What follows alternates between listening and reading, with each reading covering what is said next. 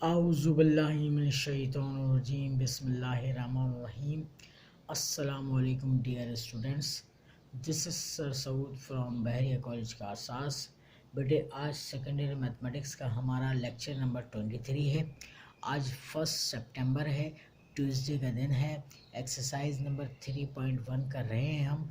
Page number है 119। ठीक, आज हम स्टार्ट करेंगे अपना लेक्चर क्वेश्चन नंबर 7 से। और 7 भी इंतहाई इम्पोर्टेंट सवाल है 5 मार्क्स के लिए और एग्ज़ाम में पूछा जा चुका है। काफ़ी अरसे से आया नहीं है तो इस साल एक्सपेक्टेड है। इसके 2 पार्ट है बेटा, मैं एक पार्ट करवाऊंगा और एक पार्ट आपका होमवर्क होगा। ठीक है, इसको बहुत ध्यान से सुनिएगा और समझिएगा। क्वेश्चन नंबर 7 कह रहा है, पहला part, find the equations of two straight line. 2 straight line की इक्वेशंस मालूम करनी है। फर्स्ट पार्ट में कह रहा है पासिंग थ्रू, जो गुजर रही हैं 2, -1 एक पॉइंट से, एंड मेकिंग एक्यूट एंगल्स, और एक्यूट एंगल बना रही हैं ऑफ π/4 रेडियंस का विद द लाइन, एक लाइन है 6x + 5y = 0 के साथ। तो पहले हम बेटे डायग्राम समझते हैं कि बनेगी कैसे। देखो बेटा, स्क्रीन पे नज़र आ रहा है ये L1 एक लाइन है और L2 लाइन है। इनका पॉइंट ऑफ इंटरसेक्शन गिवन है, यानी कि ये इस पॉइंट P से पास कर रहे हैं 2, -1 से। हमें इन दोनों इक्वेशंस की जो है दोनों लाइंस की इक्वेशन फाइंड आउट करनी है। अच्छा, एक और लाइन गिवन है L, 6x + 5y = 0। ये दोनों लाइनें इस लाइन के साथ एक्यूट एंगल अल्फा π/4 रेडियन बना रही हैं यहाँ पर भी, और π/4 रेडियन यहाँ पर भी बना रही है एंगल। ठीक, अच्छा बेटे, अब हम इसको लिखना शुरू करते हैं। हम लिखते क्या है, लेट फर्स्ट किया L1 and L2 B 2 required lines.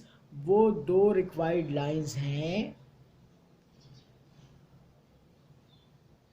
जो पासिस थ्रू गुजर रही हैं द पॉइंट P से 2, -1 से, and making an acute angle, और बना रही हैं acute angle alpha = π/4 radian with the line के साथ, और लाइन की इक्वेशन दी हुई है 6x + 5y = 0 के साथ। जो हमने डायग्राम बनाई है उस डायग्राम को हमने वर्डिंग फॉर्म में लिख लिया है ताकि आपको भी समझ में आए और एग्जामिनर को भी समझ में आए। बात क्लियर हो रही है? यहाँ तक के स्क्रीनशॉट ले लीजिए। वीडियो लेक्चर रिकॉर्ड हो रहा है। सुबह तक जो है सेंटर की इंतज़ामिया आपको आपके रिस्पेक्टिव ग्रुप में ये वीडियो लेक्चर जो है वो सेंड कर देगी। ठीक है, आप इसको देख सकते हैं। स्क्रीनशॉट ले लीजिए जनाब, और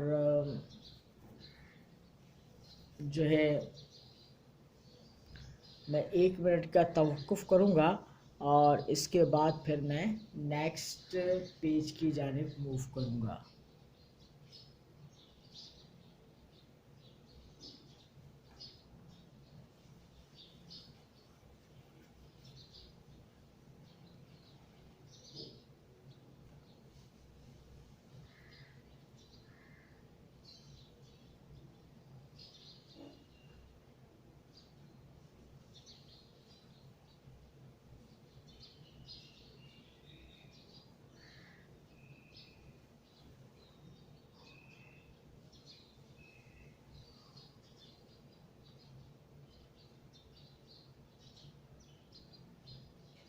ठीक है जनाब, चलो स्क्रीन बहुत वाज़े तौर पे नज़र आ रही है।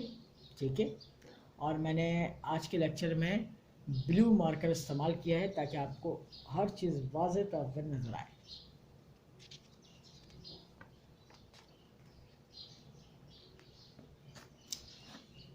चलो जरा नेक्स्ट पेज की जाने बढ़ते हैं। अब आपको नज़र आ रहा है स्क्रीन में कि मैंने लिखा लेट फर्स्ट किया m B the slope of given line L। जो आपके पास गिवन लाइन है L, उसका स्लोप m है, अच्छा, आपको ये बात मैं बता चुका हूँ कि अगर कोई लाइन जिसकी इक्वेशन पता हो उसका स्लोप कैसे निकालते हैं directly, m is equal to minus A upon B formula होता है। तो आप उसमें से कोफिशिएंट देख के -6/5 लिख देंगे, ये आपका स्लोप आ गया गिवन लाइन का। ठीक है। अच्छा, अब उन दो लाइंस की इक्वेशन मालूम करनी है। अब उनका फॉर्मूला मैं यहाँ पे शो कर रहा हूँ, अब जरा और से देखिएगा, साथ साथ स्क्रीनशॉट लेते जाइएगा। मैंने हेडिंग डाली for equation of line L1। ठीक है भाई, आपने पॉइंट स्लोप फॉर्म तो पढ़ा हुआ ही है। y minus y one is equal to, यहाँ पे आता था m की जगह यहाँ पर इस्तेमाल कर रहे हैं हम एंगल फॉर्मूला। ठीक है, तो क्या है, m plus tan alpha divided by 1 minus m times of tan alpha multiply by x minus x1। ये x1 y1 वो पॉइंट है जो पॉइंट ऑफ इंटरसेक्शन है L1 और L2 का, जिनसे वो गुजर रही हैं, P पॉइंट। ठीक है, अब आप क्या करोगे, इस फॉर्मूले के अंदर बस वैल्यूज पुट करोगे। m भी आ चुका है, अल्फा भी पता है और x1 y1 भी पता है।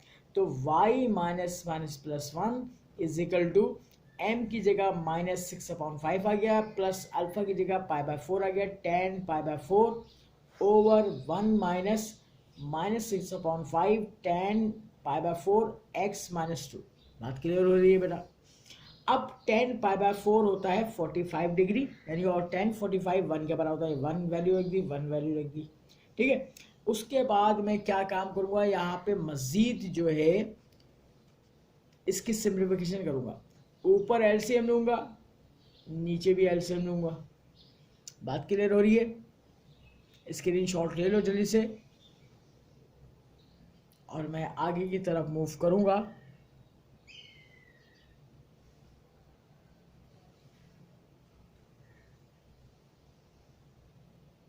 ठीक है भाई, अब ज़रा देखिएगा, हमने यहाँ पे एलसीएम लिया तो बना -6 + 5/5 डिवाइडेड बाय 5 + 6/5 x माइनस 2 ऐसी रहा मल्टीप्लाई में, 5 से 5 कैंसिल हो गए जनाब।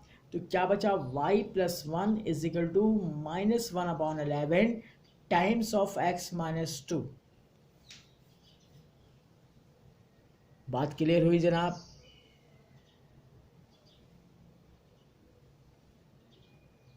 अब मैं अगले स्टेप पे क्या करूंगा, इस 11 को जो डिवाइड कर रहा है क्रॉस मल्टीप्लाई करूंगा y से भी और +1 से भी।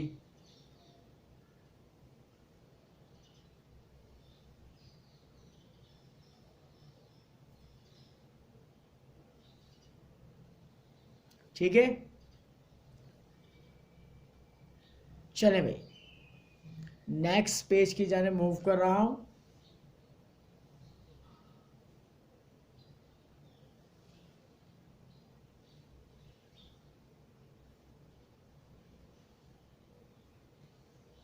चलिए, 11 यहाँ डिवाइड कर रहा है, क्रॉस मल्टीप्लाई करेगा, देखिएगा जनाब।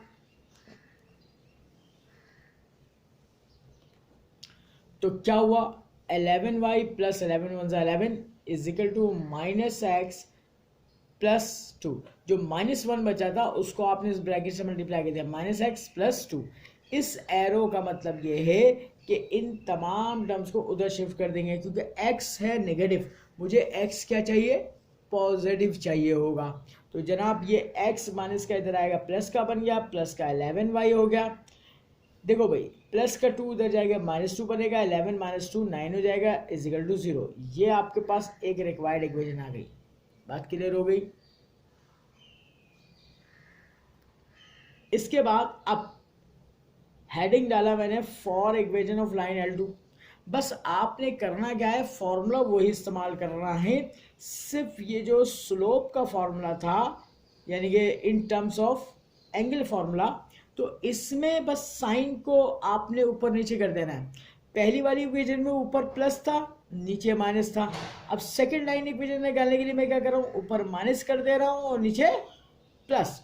क्यों कर रहा हूँ, इसकी रीज़न ये है कि बेसिकली जो angle formula tan θ = m2 - m1 / 1 + m1 m2 होता है, वो बेसिकली तौर पे प्लस माइनस साइन के साथ होता है। हमने 2.4 में और 2.5 में जो है फॉर्मूला पॉजिटिव में इस्तेमाल किया था प्लस साइन के साथ, इसलिए कि वहाँ पर एक्यूट एंगल की बात हो रही थी। तो यहाँ पर भी देखो हमने वो साइन जो है दोनों इस्तेमाल नहीं किए, बल्कि प्लस का साइन ही इस्तेमाल किया है। अब यहाँ पे वही डाटा पुट कर दीजिए, एम भी वही रहेगा, एंगल भी वही रहेगा, x1 y1 भी वही रहेगा। तो y minus minus plus 1 is equal to -6/5 minus 10/45 over 1 plus m1 minus 6/5 10/45 x minus 2। बात क्लियर हो रही है? मैं थोड़ी सी स्क्रीन को आगे कर रहा हूँ ताकि आपको वाज़ेह तौर पे सारी चीज़ें नज़र आएं। अब 10/45 1 के बराबर होता है, ये आपके पास ब्रैकेट बचा, x माइनस 2 ऐसे रहा।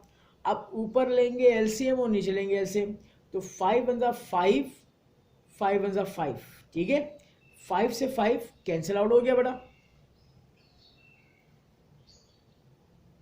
y प्लस 1 इज इक्वल टू -11/-1 बचा, माइनस से माइनस कैंसिल हो गया, 11 को 1 से डिवाइड करके 11 आया, और 11 को इस ब्रैकेट x माइनस 2 से मल्टीप्लाई करते हैं तो 11x हो गया, माइनस 11 2 ज़ा 22 हो जाएगा। स्क्रीनशॉट ले लो बेटा, 1 मिनट का तवक्कुफ ले रहा हूँ, इसके बाद में नेक्स्ट पेज की जानिब मूव करूँगा और इसको सिंप्लीफाइड फॉर्म में लिख दूंगा। वीडियो लेक्चर रिकॉर्ड हो रहा है बेटे, सुबह तक आपको सेंटर के इंतज़ामिया जो है वो आपके रिस्पेक्टिव ग्रुप में आपको लिंक शेयर कर देगी।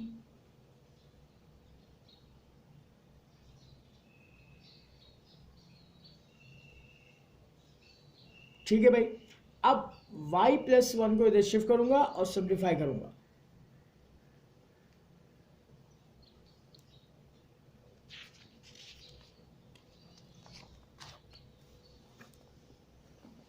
चले जरा,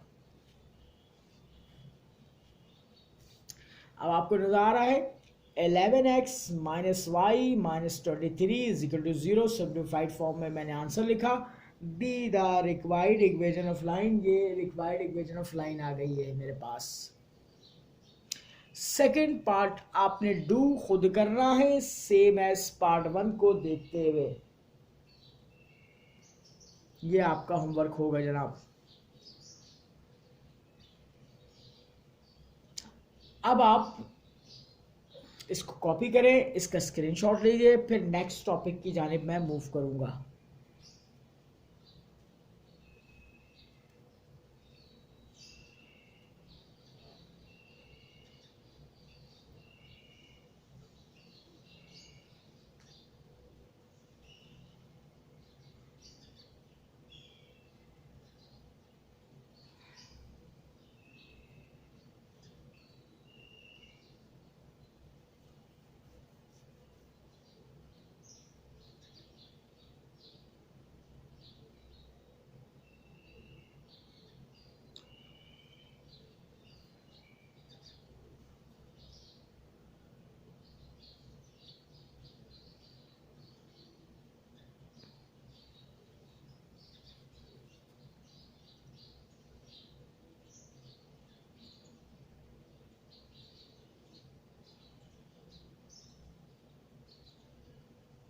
अच्छा जी,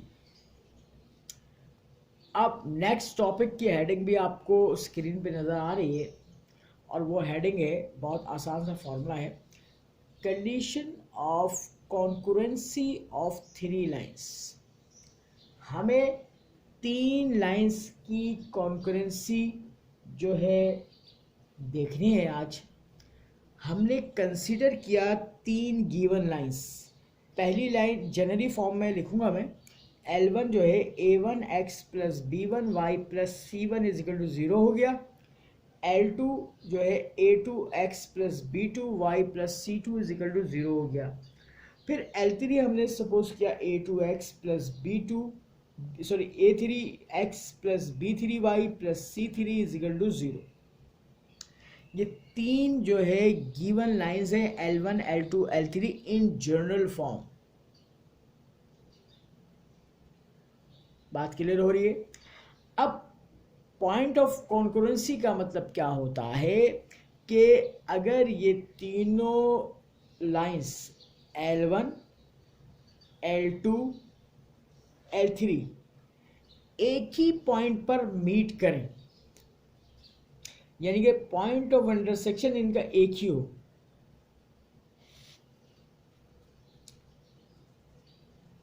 मीटिंग पॉइंट इनका एक ही है,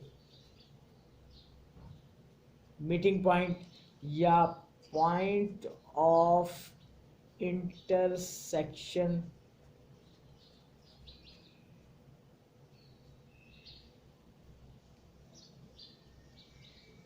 ठीक है। अगर L1, L2 और L3 गिवन लाइंस एक ही पॉइंट पर मीट करें, कट करें, उनका पॉइंट ऑफ इंटरसेक्शन एक ही मिले, तो हम कहते हैं कि वो लाइंस आपस में कॉन्करेंट हैं। क्या है? कॉन्करेंट। तो क्या मतलब हुआ? ये क्या है?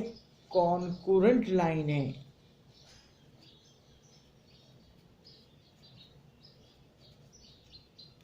एक दूसरे को मीट कर रही हैं। ठीक है भाई, स्क्रीनशॉट ले लो।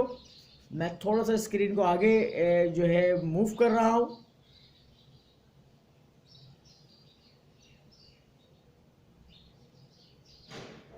ताकि ये टॉपिक पूरा क्लियर आपको हेडिंग वाइज नजर आए। अच्छा भाई, अब इसको साबित कैसे करेंगे? हम इन तीनों लाइंस के कोफिशिएंट्स का डिटरमिनेंट कैलकुलेट करेंगे, जो फर्स्ट ईयर मैथमेटिक्स में एक्सरसाइज नंबर 4.2 में आपने पढ़ा हुआ है।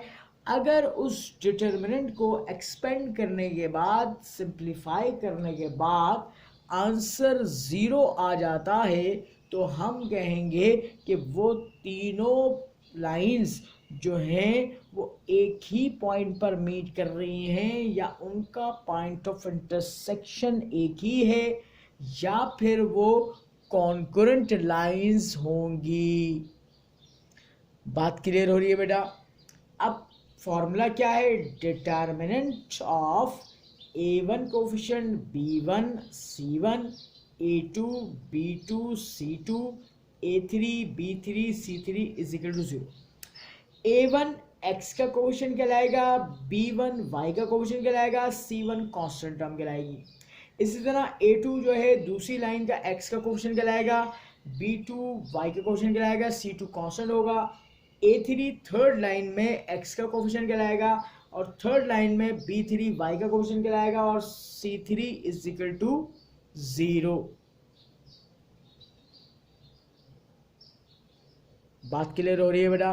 बहुत वाज़ेह तौर पर नजर आ रहा है स्क्रीन पर।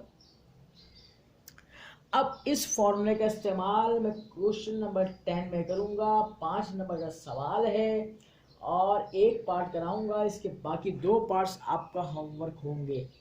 ठीक है, स्क्रीन को आगे शेयर कर रहा हूं। देखो बेटा, आपको क्वेश्चन नंबर 10 नजर भी आ रहा है स्क्रीन पे। कह रहा है फॉर व्हाट वैल्यू ऑफ के की कीमत के लिए विल द 3 लाइंस, पहले पार्ट में 3 लाइंस की इक्वेशन दी हुई है, बी कॉन्करेंट हैं।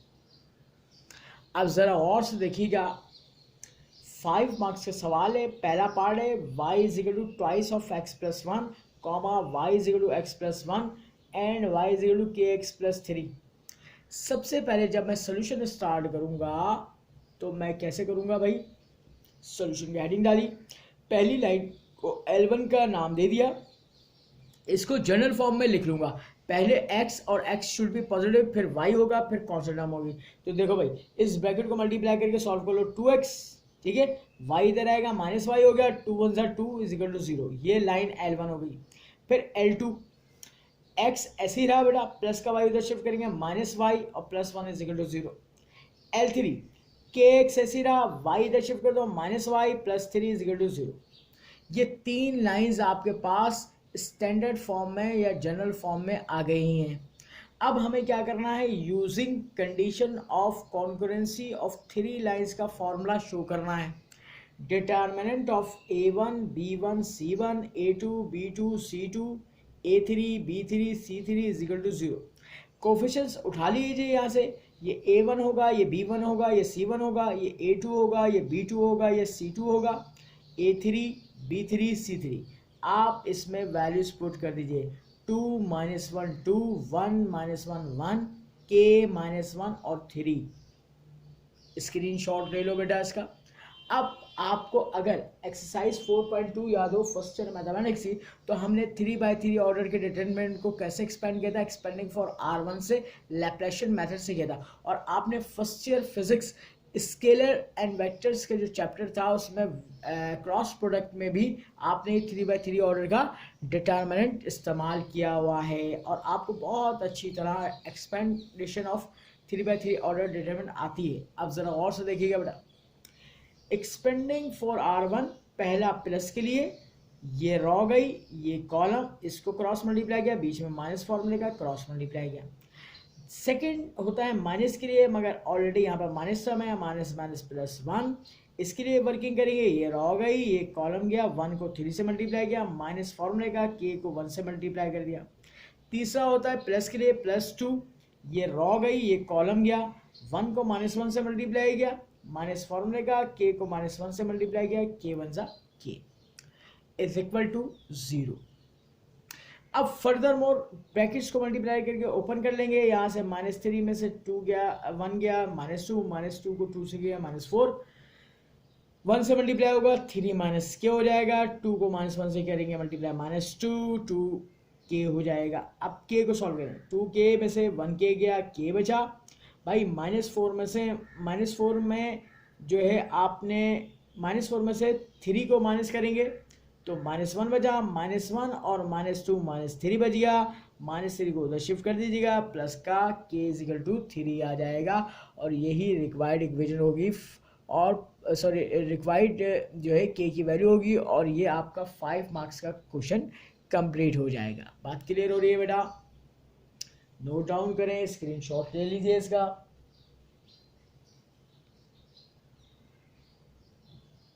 वीडियो लेक्चर रिकॉर्ड हो रहा है। चलें जी, मैं आगे मूव कर रहा हूं। नेक्स्ट क्वेश्चन करेंगे, क्वेश्चन नंबर 11। ये भी मोस्ट रिपीटेड क्वेश्चन होगा, और एग्जाम में कई बार पूछा जा चुका है आपसे, 5 मार्क्स के लिए सेक्शन बी में।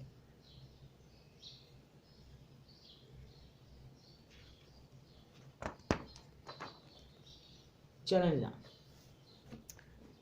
अब मैं ऑल पार्ट्स डू, तमाम के तमाम पार्ट्स आपने खुद कर रहे हैं। अब मैं क्वेश्चन 11 की जानिब बढ़ रहा हूँ, 5 मार्क्स की हेडिंग नज़र आ रही है। अब देखिएगा, सवाल पढ़ के मैं इसकी डायग्राम समझाऊंगा और एक्सप्लेनेशन दूंगा। मैं यहाँ पर सवाल पढ़ रहा हूँ, find the coordinates of the foot of the perpendicular from -2,5 to line 3x + y + 11 = 0। इसका मतलब क्या हुआ भाई, डायग्राम समझो। P एक पॉइंट दिया हुआ है -2,5, और एक लाइन की इक्वेशन दी हुई है L1 3x + y + 11 = 0। आपने इस पॉइंट से इस लाइन पे एक परपेंडिकुलर ड्रॉप करना है 90 डिग्री में, ठीक है।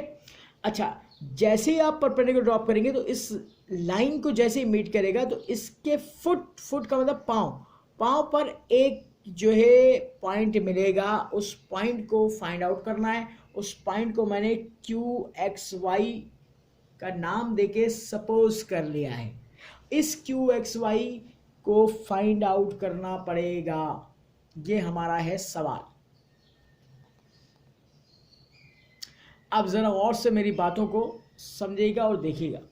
मैंने लिखा पहले, given that equation of line L1, ये आपको लाइन L1 गिवन है, ठीक है। अगर कोई लाइन इस लाइन गिवन लाइन पर परपेंडिकुलर है तो इसकी आधी इक्वेशन तो मैं ट्रिक के जरिए खुद मालूम कर सकता हूँ। कैसे कर सकता हूँ भाई, लेट L2, अब इस परपेंडिकुलर लाइन को मैंने L2 का नाम दे दिया है, ठीक है। अब मैं कैसे मालूम करूंगा, बीच का साइन तब्दील करूंगा, यहां प्लस है तो माइनस, इसका x का कोफिशिएंट इसका y का बना दूंगा, y का कोफिशिएंट x का बना दूंगा, तो ये मेरे पास आधी इक्वेशन आ गई। मगर कांस्टेंट होगा different plus c is equal to 0, this is called 2। अब मैं इस इक्वेशन को फाइंड आउट कर लूंगा। अब कैसे मालूम करता हूं भाई, मैं लिखूंगा be the equation of line which is perpendicular है टू L1 पर, और डायग्राम में साफ नजर भी आ रहा है और हमने वर्किंग भी की है। अब ये जो लाइन है L2, अब जरा और से देखो किस पॉइंट से पास कर रही है, P पॉइंट से पास कर रही है, तो ये इसको क्या करेगी, satisfy. Equation number 2 passes through P -2, 5, तो हम इक्वेशन नंबर 2 में x की जगह -2 पुट करेंगे और y की जगह 5 पुट कर देंगे, तो हमें क्या मिल जाएगा, c की वैल्यू मिल जाएगी। क्या मिल जाएगी, c की वैल्यू मिल जाएगी। 2 is implies that -2 - 3 multiply by 5 plus c is equal to 0। भाई ये कितना हो जाएगा, -15 और -2 -17 plus c is equal to 0, -17 हो जाएगा प्लस 17 हो गया। अब c की वैल्यू को पुट इन 2 में पुट किया, 2 is implies that x - 3y plus 17 is equal to 0, this is called equation number 3। अब जरा और से देखो डायग्राम, ये जो QXY है इस L1 लाइन पे भी मौजूद है और L2 लाइन पे भी मौजूद है, तो ये इन दोनों लाइंस का क्या बना, पॉइंट ऑफ इंटरसेक्शन बन गया। बात क्लियर हो रही है, स्क्रीनशॉट ले लो बेटा, मैं स्क्रीन को और आगे बढ़ा रहा हूं।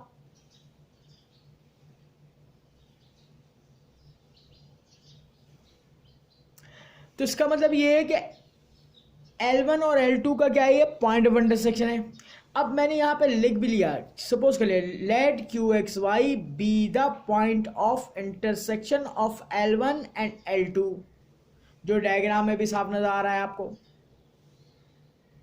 बात क्लियर हो रही है, स्क्रीनशॉट लो, फिर आगे मूव करूंगा इसको। अब मैं L1 और L2 जो यहाँ पे इक्वेशन नंबर 3 की सूरत पे आई है, इसको साइमल्टेनियसली सॉल्व करूंगा एलिमिनेशन मेथड से, और एक्स वाई की वैल्यूज को फाइंड आउट कर लूंगा भाई।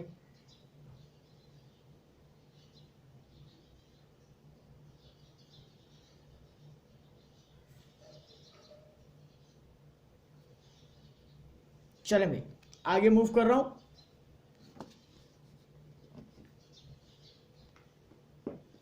जनाब मैंने लिखा QXY be the point of foot of perpendicular from P to L1, ये भी मैंने एक्सप्लेनेशन दे दी इसकी। अब मैंने क्या किया, ऑपरेशन इक्वेशन नंबर 1 माइनस करूंगा मल्टीप्लाई इक्वेशन नंबर 3 बाय 3 से। इक्वेशन नंबर 1 ऐसी कैसी लिखी, इक्वेशन नंबर जो 3 आई थी इसको 3 से मल्टीप्लाई करके दोनों को सब्ट्रैक्ट करा दिया, तो माइनस वाली टर्म प्लस बन गई, प्लस वाली टर्म माइनस बन गई जनाब। अब देखें ये x की टर्म कैंसिल आउट हो गई, यहां पे 10y हो गया, -51 में से प्लस का 11 जाएगा, -40 इज इक्वल टू 0, -40 उधर गया प्लस 40, 10 4 जा 40, y इज इक्वल टू 4 आ गया। अब इस y की कीमत को आपने इक्वेशन नंबर 1 में या फिर 3 में पुट कर देना है, तो आपके पास क्या आ जाएगा, x आ जाएगा। मैंने क्या किया, पुट इन 1 में पुट किया, 1 is implies at 3x plus 4 plus 11 is equal to 0, 11 plus 4 15 हो गया जनाब। तो 3x plus 15 is equal to 0, plus 15 को उधर शिफ्ट किया -15, 3 5 जा 15, x की वैल्यू क्या हो गई, -5 आ गई, और यही आपका रिक्वायर्ड पॉइंट आ गया। QXY x की जगह -5 लिखोगे और y की जगह 4 लिख दोगे बेटा। चले बेटा ये आपका सवाल हो गया कंप्लीट, और अब आज के लेक्चर का आखिरी सवाल मैं प्रेजेंट करने जा रहा हूं, क्वेश्चन नंबर 17। ये भी मोस्ट इंपॉर्टेंट और मोस्ट रिपीटेड क्वेश्चन है। ठीक है भाई, सवाल मैं क्वेश्चन नंबर 17 पढ़ रहा हूं। अब आप लोग जब तक स्क्रीनशॉट ले लो इसका और उसको नोट डाउन कर लो। क्वेश्चन 17 में कह रहा है the point P2,3 is the foot of the perpendicular dropped from the origin to a straight line, एक स्ट्रेट लाइन पर ड्रॉप किया गया है। Write the equation of this line, इस लाइन की इक्वेशन मालूम करनी है जनाब। तो ज़रा देखिए, अब स्क्रीन शॉट ले लें इसका और मैं आगे की तरफ मूव कर रहा हूँ और नेक्स्ट क्वेश्चन नंबर 17 की जाने। अब ज़रा और से देखिएगा, मैंने एक्स एक्सिस और वाई एक्सिस ड्रॉ कर लिया।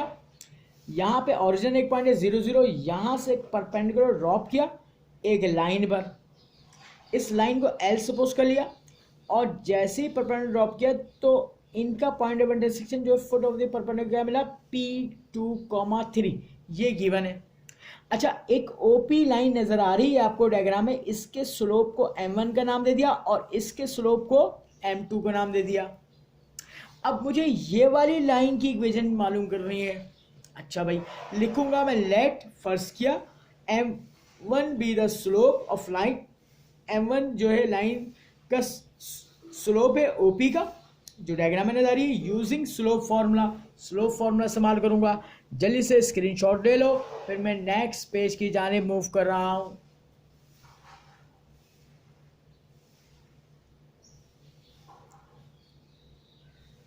ठीक है भाई, अब देखिएगा बेटा,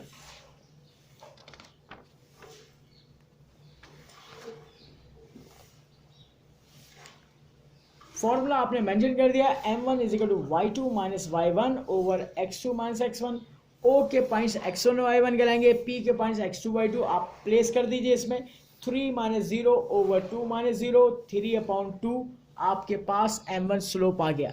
ठीक है, अब सारा काम डायग्राम को देखते हुए हो रहा है। Let m2 be the slope of required line perpendicular to OP। हमारे पास रिक्वायर्ड लाइन का स्लोप m2 है और वो OP पे परपेंडिकुलर है, तो क्या करेंगे भाई, यूजिंग परपेंडिकुलर लाइन कंडीशन इस्तेमाल करेंगे। m1 multiply by m2 is equal to -1। m1 क्या निकाला, 3/2 multiply by m2 is equal to -1, cross multiply करो, m2 क्या आ गया, -2/3 आ जाएगा। अच्छा, अब ये लाइन एक पॉइंट से पास कर रही है और इसका स्लोप भी पता है, तो यूजिंग पॉइंट स्लोप फॉर्म इस्तेमाल करो। y minus y1 is equal to m times of x minus x1।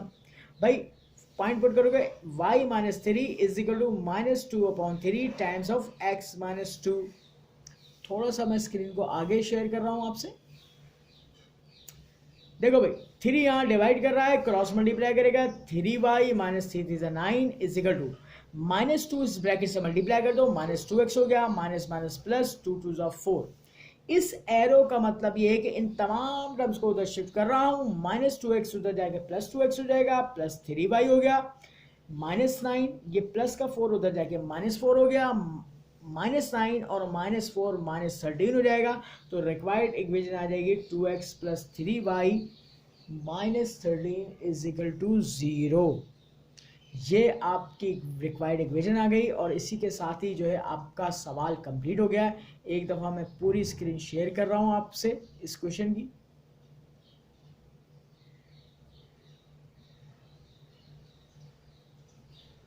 Screenshot ले लीजिए, वीडियो लेक्चर जो है तैयार हो रहा है और इंशाल्लाह सुबह तक आपको ये आपके रिस्पेक्टिव ग्रुप में मिल जाएगा।